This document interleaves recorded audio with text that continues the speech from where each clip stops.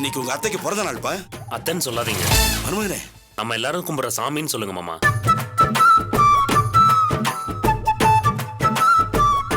இது யாரு? இவங்கதான் மாமா, எங்க அம்மா, உங்க அக்கா. அக்கா? சின்ன புறா ஒன்று எண்ண கனாவினில் வண்ணம் கெடாமல் வாழ்கின்றது.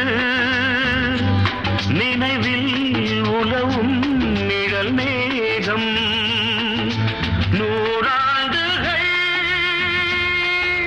நீ வாழ்கவே. போடா போடா புண்ணாக்கு, போடாத தப்பு கணக்கு. போடா போடா புண்ணாக்கு, போடாத தப்பு கணக்கு. போடா போடா புண்ணாக்கு, போடாத தப்பு கணக்கு. இருக்கு உனக்கு இருக்கு, இப்ப எண்ணாத மன கணக்கு. அலக்கு இருக்கு உனக்கு இருக்கு, இப்ப எண்ணாத மன கணக்கு. போடா போடா புண்ணாக்கு, போடாத தப்பு கணக்கு. போடா போடா புண்ணாக்கு, போடாத தப்பு கணக்கு. மாமா என்னாச்சு? ஒண்ணு இல்ல, ஒண்ணு இல்ல. முதல்ல உள்ள வாங்க. வாங்க அக்கா, வாங்கக்கா, வாங்கக்கா.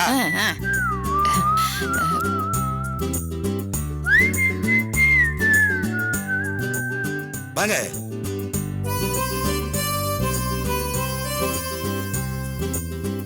அக்கா, அக்கா, பேக்கெல்லாம் இங்க வச்சிருங்க. வந்து உங்க நாத்தனார் கிட்ட ஆசீர்வாதம் வாங்கிங்க. வாங்க.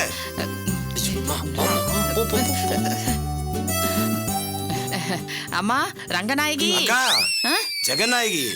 சரி சரி, ஜெகநாயகி. அம்மா ஜெகநாயகி, இவங்களை காப்பாத்து.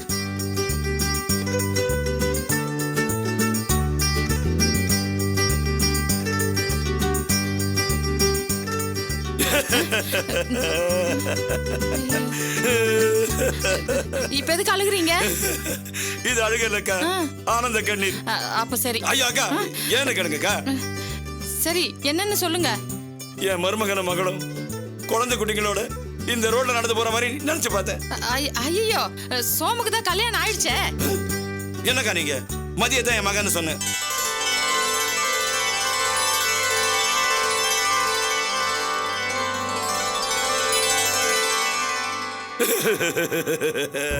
இப்ப என்னாச்சு? இந்த மாதிரி எனக்கு அன்னைக்கு யாராவது உதவி பண்ணிருந்தா நானும் என் குழந்தை குட்டிகளோட இதே தெருல போயிருந்திருப்பேன். இப்ப என்ன கெட்டு போச்சு? அக்கா, இல்ல, சும்மா ஒரு பாசத்துல சொன்னேன். அக்கா, பேருதான்க்கா குமாரு. ஆனா உன் தம்பி ஸ்ரீராம ஏக பத்தினி விரதன்.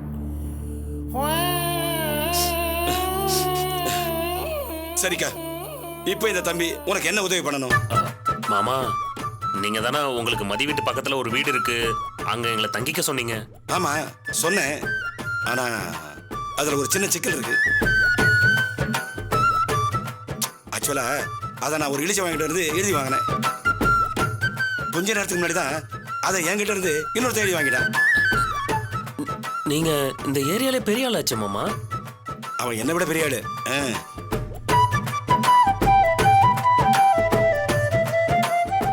என்ன பாக்குறீங்க? அரசியல் இதெல்லாம் ரொம்ப சர்வசாதாரணம். ஐயோ மாமா, உங்களை நம்பி நாங்க பெட்டி படுக்கெல்லாம் எடுத்துட்டு வந்துட்டோம். அதனால என்ன? இவ்வளவு பெரிய வீட்டுல நான் தனியா தானே இருக்கேன். இனிமே இது உங்க வீடு.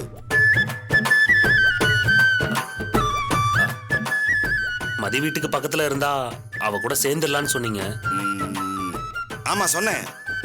இந்த வீட்டு மொட்டை மாடியில இருந்து பார்த்தா நீ சொன்ன அந்த மதி வீடு நல்லா தெரியும். இத பாருங்க, நீங்க எதை பத்தியும் கவலைப்பட வேணாம்.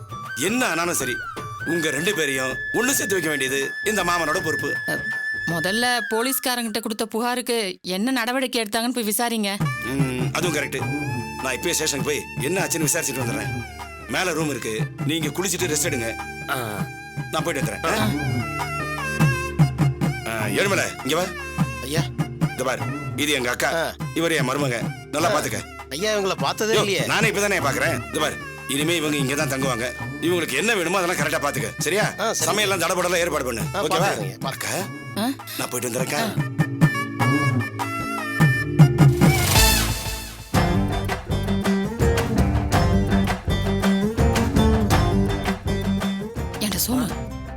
எப்படிடா கவுன்சிலரா? ஏமா சரியான கோமாளியா இருப்பான் போல இருக்கு.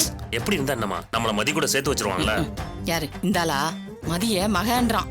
இந்த விஷயம் மட்டும் சுந்தரி காதுல விழுந்ததுன்னு வச்சுக்கோ, விளக்க மாற எடுத்து பீன்னு பிச்சிருவா. அப்ப நம்ம போயிடலாங்கிறியா? போடா கூறுகட்ட குப்பா.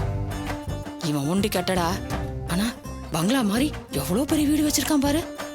ஆளும் சரியான லூசா இருக்கான். இவனை ஏமாத்தி எப்படியாவது இந்த வீட்டை நம்ம பேர்ல எழுதி வாங்கி. அது எப்படிமா முடியும்?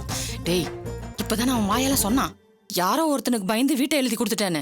யாரோ ஒருத்தனுக்கு பயப்படுறானா? நான் பாஞ்சாலிடா. கரெக்ட்டுமா. வா நம்ம போய் குளிச்சுட்டு ரெஸ்ட் எடுக்கலாம். போய் போட்டனா முட்டா பையில. வா போய் பனிமலரை பாத்துட்டு வரலாம். இப்ப எதுக்குமா அங்க போனோம்? டேய், இந்த ஆள் எப்படின்னு பாக்குறதுக்காக தான் நான் இந்த வீட்டுக்குள்ள நுழைஞ்சேன். இப்ப எனக்கு பரம திருப்தி. இதே கையோட பனிமலர்கிட்ட போய் என் பைய வாழ்க்கையை நாசமாக்கிட்டீங்கன்னு நஷ்டீடு கேட்க போறேன். தருவலமா? டேய் வாடா, வாங்க வேண்டியது என்னோட பொறுப்பு. பேசாம வா வா. சரி இரு, பேக் எடுத்து வச்சுட்டு வரேன். ம்.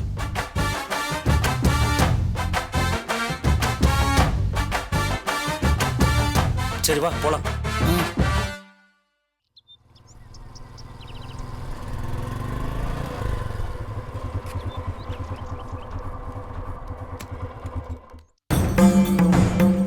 வாங்க.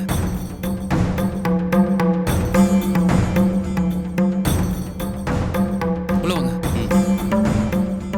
மதி, மதி, உட்காருங்க. இல்ல பரவாயில்லைங்க. பரவாயில்லைங்க, உட்காருங்க. வாங்க நட்ராஜ், உட்காருங்க. நான் உட்கார்றேன், நீங்க மதிய கூப்பிடுங்க. கூப்பிடுறேன், நீங்க உட்காருங்க. உட்காருங்க. அண்ணி, அண்ணி, நட்ராஜ் வந்திருக்காரு. அதோ வரேன்.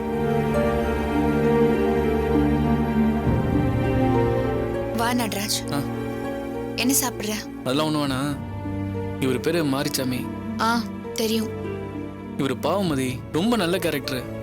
எனக்கு புரியுது நட்ராஜ். நான் எதுவும் பண்ணலையே. அவர் படுக்க கேஸ் கொடுத்துட்டாரு. இவர் அப்பா அம்மாவை கூட்டிட்டு வராரு, உன்னை கூட்டிட்டு வராரு. நான் என்ன பண்ண முடியும்? அது சரி மதி, இப்ப நீ வேண்டான்னு சொன்னதுக்கு அப்புறம் அவர் எப்படி கேஸ் போட முடியும்? போலீஸ் என்கிட்ட வந்து கேட்டா நான் தான் சொல்றேன்னு சொன்னனே. போலீஸ் உங்களை நேர்ல வந்து சொல்றாங்க. இல்லனா அட்லீஸ்ட் ஒரு லெட்டராவது எழுதி வாங்கிட்டு வர சொல்றாங்க. பாத்தியா நட்ராஜ், இதை நான் எப்படி செய்ய முடியும்? ஏன் மதி, செஞ்சா என்ன தப்பு? நமக்கு உதவி செஞ்சவங்களுக்கு நாமளே ஏதாவது பண்ணோம்ல. அன்னைக்கு திவ்யாவுக்கு வயிற்று வலி வந்து கஷ்டப்பட்டப்போ இவர் தான் வந்து அவ்வளோ ஹெல்ப் பண்ணாரு.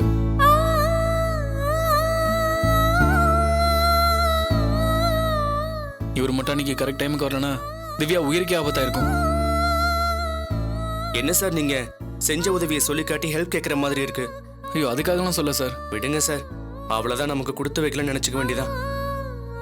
தலையெழுத்து அமையல, நேரம் சரியில்லை, அப்படி ஏதாவது சொல்லி மனசை தேத்திக்க வேண்டியதான். எல்லாருக்கும் ஆசைப்பட்டது நடக்குதா என்ன? பார்மதி எவ்வளவு தூரம் ஃபீல் பண்ணிட்டு இருக்காரு. என்னை பத்தி தெரிஞ்சுக்கிட்டே நீ இப்படி பேசுற. இவர் நமக்கு எந்த ஹெல்ப்பும் பண்ணலனா கூட நான் இவருக்கு உதவி பண்ணிருப்பேன். இப்போ திவ்யா உயிரையே காப்பாத்திருக்காருன்னு சொல்ற. இதுக்கு மேலேயும் நான் முடியாதுன்னு சொல்லுவேனா?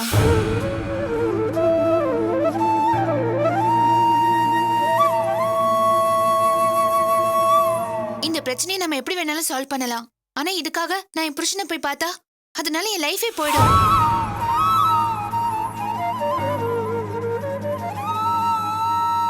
இந்த ஒரு விஷயத்த சொல்லியே அவர் என் கூட சேர்ந்துடணும்னு பாப்பாரு. மறுபடியும் என்னால அவர் கூட சேர்ந்து வாழ முடியாது. சரி நீ பேசுவானா, நான் வேணா அவர்கிட்ட பேசி பார்க்கணுமா? சார், எனக்கு ஹெல்ப் பண்ணணும்னு நினைச்சீங்கல்ல, அதுவே பெரிய விஷயம் சார்.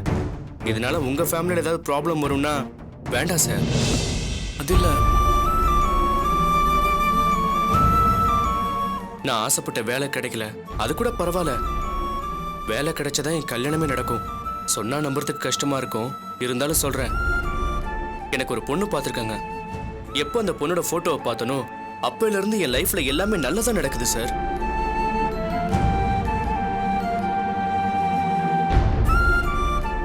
அந்த பொண்ணு என் லைஃப் பார்ட்னரா வந்தா நல்லா இருக்கும்னு சந்தோஷப்பட்டேன். ஓகே, வேலை கிடைக்காத மாதிரி இதுவும் கிடைக்கலன்னு மனசை தேத்திக்க வேண்டியதா. என்ன, எங்க வீட்டில் இருக்கிறவங்க தான் கொஞ்சம் அப்செட் ஆயிடுவாங்க. எனக்கு இந்த பொண்ணை பார்த்தவங்க எங்க ரிலேட்டிவ் சந்திராமான்னு ஒருத்தங்க.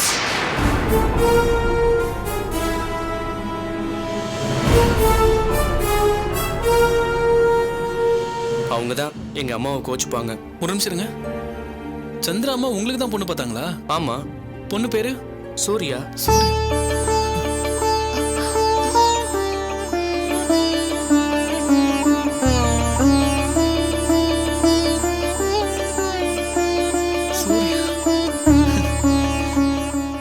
சூர்யா யாரு தெரியுமா? என் சிஸ்டருங்க. நிஜமாவா சொல்றீங்க? அட ஆமாங்க. இந்த நேரம்னு பார்த்து என்கிட்ட போட்டோ கூட இல்லாம போச்சு. சரி, நீ ஏதாவது நம்ம சூர்யாவோட போட்டோ வச்சிருக்கியா? இல்லையே. ஒரு நிமிஷம் இருங்க, என் மொபைல்ல இருக்கு.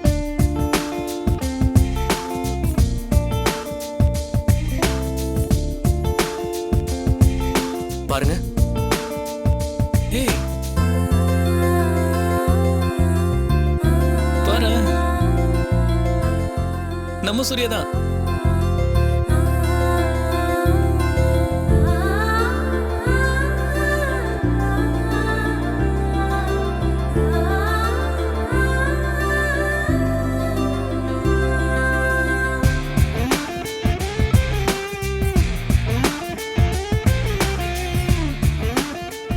மதி, இவரோட போட்டோ அத்தை என்கிட்ட ஏற்கனவே கொடுத்துருந்தாங்க. நான் தான் அதை பார்க்காம விட்டேன்.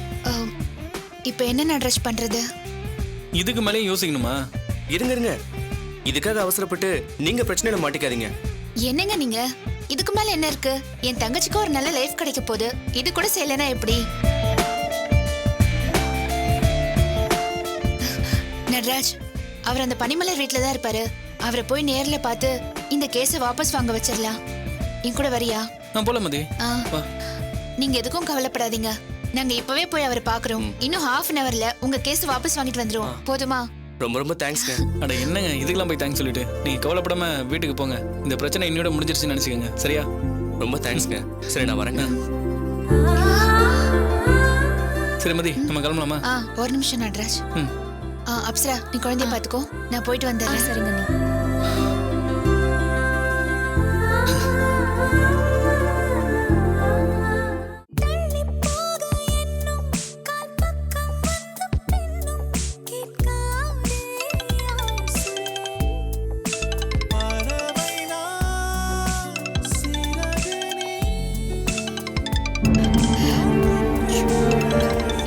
நீ எடுத்து பேச மாட்டியா? அத வந்துட்டல, எடுத்து பேசுமா. உன் பக்கத்துல தானே போன் இருக்கு. எடுத்து பேசினா குறைஞ்சு போயிருவியா?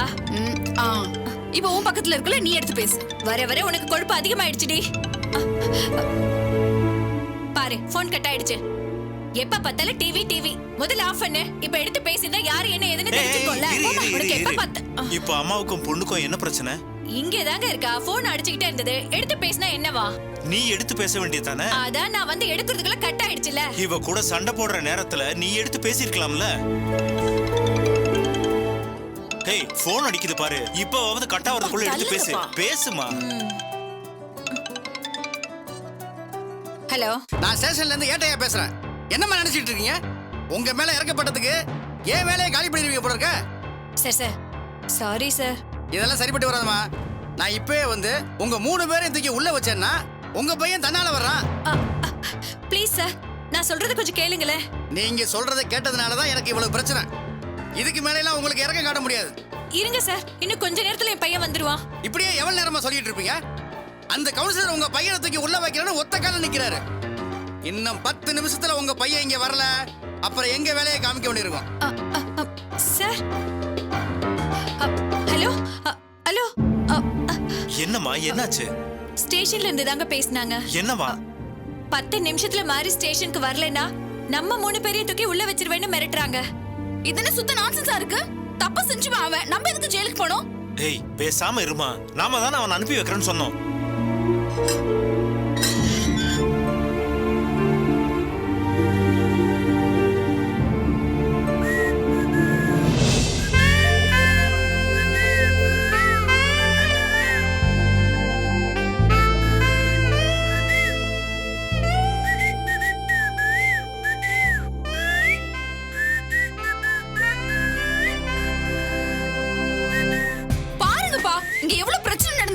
இவன் பாட்டு ஜாலியா விசில் அடிச்சிட்டு வரான். Hello sister, cool cool. இனிமே லைஃப்ல நோ டென்ஷன், நோ ப்ராப்ளம். அப்பா, இவன் ரொம்ப ஓவரா பண்றான். அப்புறம் நான் இவனை கொலையே பண்ணிடுவேன். எதுக்கு சிஸ்டர் இவ்ளோ கோவப்படுற? டேய் லூசு, உன்னால எங்க 3 பேரையும் ஜெயில தூக்கி போட்டுருவேன்னு சொல்றாங்கடா. ஓ, ஜெயிலா? Very nice place. அப்படியே ஜாலியா 3 பேர் டூர் போயிட்டு வாங்க. என்னடா நக்கலா? நோ நோ, சிக்கல் உங்களுக்கு. டேய், இன்னும் 10 நிமிஷம் தான் இருக்கு. அதுக்குள்ள ஓட்டமா ஓடி போய் போலீஸ்ல சரண்டர் ஆயிடு. யாரு, நானா? டேய் டேய் ஃபர்ஸ்ட் லூஸ் மாதிரி சிரிக்க நிப்பாட்றா. டேய் போத நிறுத்திடா. நாங்களே வயித்துல நெருப்பு கட்டிட்டு இருக்கோம். ஏமா நெருப்புனா சுடுன்னு தெரியும்ல, அப்புறத்துக்கு வயித்துல கட்டி வச்சிட்டு இருக்க, அவுத்து விடு. ஒண்ணு அடிச்சேன்னா பாத்துக்கோ. ஆ? போலீஸ்காரங்க எங்களுக்கு போன் மேல போன் போட்டு டார்ச்சர் பண்ணிட்டு இருக்காங்க. Is it? மா நீ போலீஸ்க்கு போனை போட்டு இவன் இங்க தான் இருக்கான் வந்து புடிச்சிட்டு போங்கன்னு சொல்லுமா. சாரி லூஸ் சிஸ்டர், இனிமே அந்த மாதிரி நடக்க சான்ஸே இல்ல. என்னடா சொல்ற? அம்மா கேஸ வாபஸ் வாங்கியாச்சு. எப்படா? ஜஸ்ட் இப்பதான். எப்படிடா? ஒரு குழந்தையால கொழுந்தனார் ஜாலியா கிண்டல் பண்ணா அதுக்கு போய் போலீஸ் கம்ப்ளைண்ட் கொடுக்க முடியுமா?